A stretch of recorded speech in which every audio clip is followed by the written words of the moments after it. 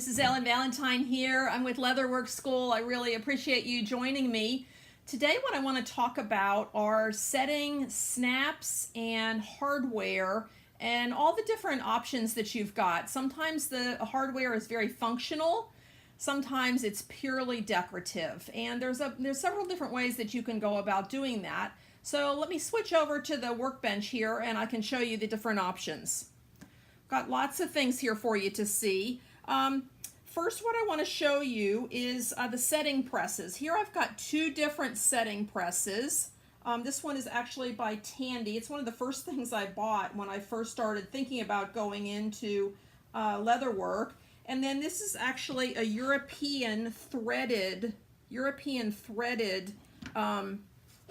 setter, and I use this quite a lot. I have this one mounted to a piece of wood. These are heavy cast iron, and if you've got the space in your workroom that you want to permanently mount this to your table, you can absolutely do that. This one, I decided I would not do that. It's got 3 holes here, 2 on the side, 1 in the back. I've just got this mounted to a piece of wood where I've got the screws actually flush mounted in here in the bottom. And then what I do when I'm ready to mount some things is I actually use a pair of clamps. I've just got 1 clamp here today, but put clamps in here to lock it down on the table. What this is this is actually a die, and you can see that dies come in a variety of different shapes, even different materials. So lots of different possibilities here. Your hardware maker will supply these dies. So your finding stud snap supplier will supply you with these dies. It's very important that you get your dies from the same place where you buy your hardware to make sure that they are going to fit.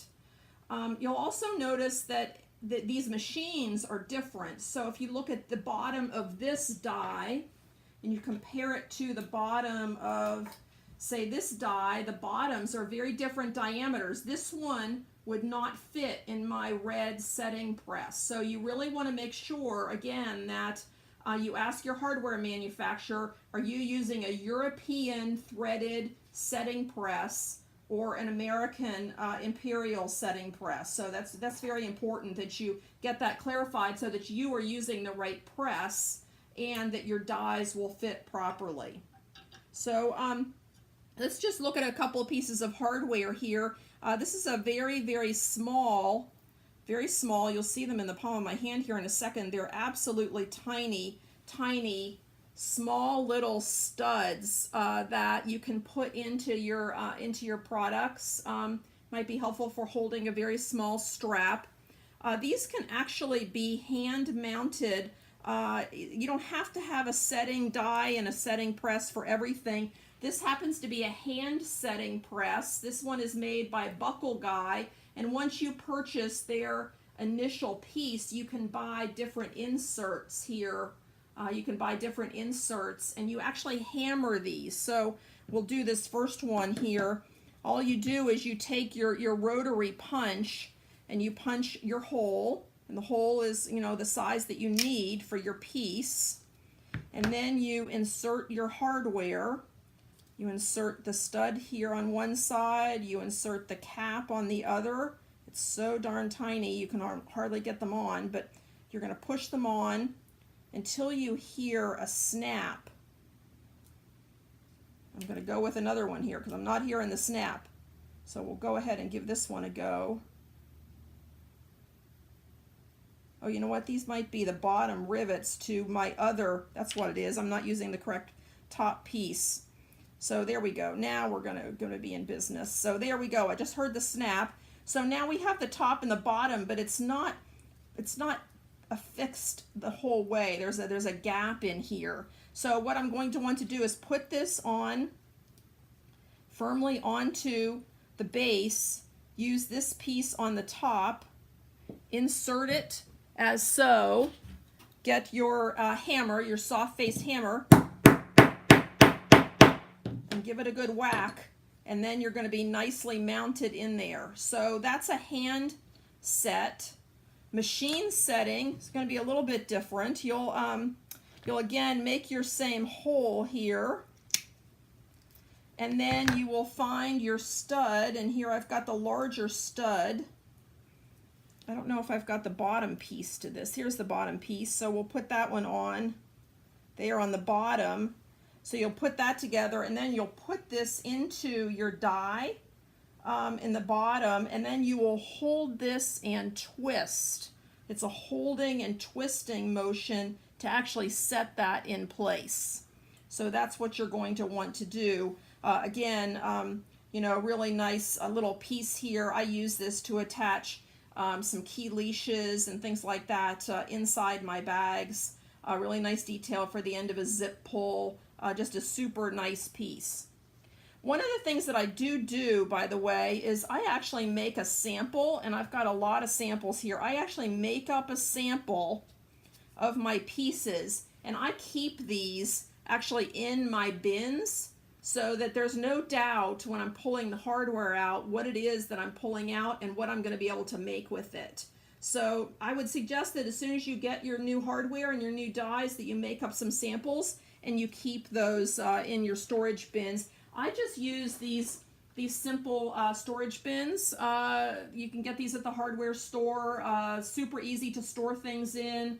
You can even configure them a little bit. The other thing that I do is that I keep all the labels. I cut these out of the bags that the hardware comes in, and I keep these so that I know when I run out exactly where I got that hardware. You know, this happens to be from Cure Chadefaux in Paris.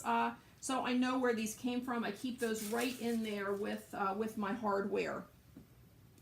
This is quite a nice piece here. This is a larger rivet. This is the zip pull on the zip wallet. And I use this quite a bit. This same hardware is used in the T-bottom tote to attach the straps. So, you know, you want to use, find some hardware that you can use for multiple purposes and use it in many places, because it is an investment to have, to purchase, you know, not only the hardware, but also the setting dies. So you want to make sure you can use your pieces in a lot of different places. The next thing that's kind of interesting are snaps, and snaps actually are made up of 4 different pieces here. We have the cap. There's the cap. We have the underside of the cap, and then we have the inside piece that the cap will attach to. So 4 different pieces for your snap. So what that means is you're actually going to need 4 different setting dies. And what I like to do is I actually like to number my dies. I don't set snaps very often, so every time I go to do one, I've got to reorient myself a little bit. And the numbers, this is just a little P-Touch label or stick-on label. These stick-on labels help me identify what am I doing first and second and third and fourth. So, so you take your dies, you can put them into your setting press. This one will go on the bottom. And then the smaller one in my machine will actually screw into the top. So I'll take my other die out, and then this one I can screw into the top. So that's what you need to do to actually get going with snaps. Is you've got to buy all 4 of those setting dies, and you've got to buy all 4 of your snap pieces so that you can make your snap. So there's a snap in process on my little sample. Snaps are great. These are called spring snaps, parallel spring snaps. There are, of course, snaps that are heavier duty, but I really like the way this looks over some of the heavier duty snaps. So the parallel spring snaps are quite nice. So there you have it. Snaps, setting dies, rivets, studs, all those sorts of things can add a lot of functionality to your bag. They can add a lot of design to your bag. You just want to make sure that, one, you're understanding what dies you need in order to install that hardware. You need to purchase the appropriate dies at the same place where you're buying the hardware, and you need to make sure that those setting dies will fit into the correct press, into your press that you already own, or you might have to go buy another press. If you've bought dies that don't fit in your setting press, you may be stuck and have to buy new dies. If you're just getting started and you're not sure you're going to do very much of this, the hand setting tools are an excellent way to get started before you graduate onto setting presses.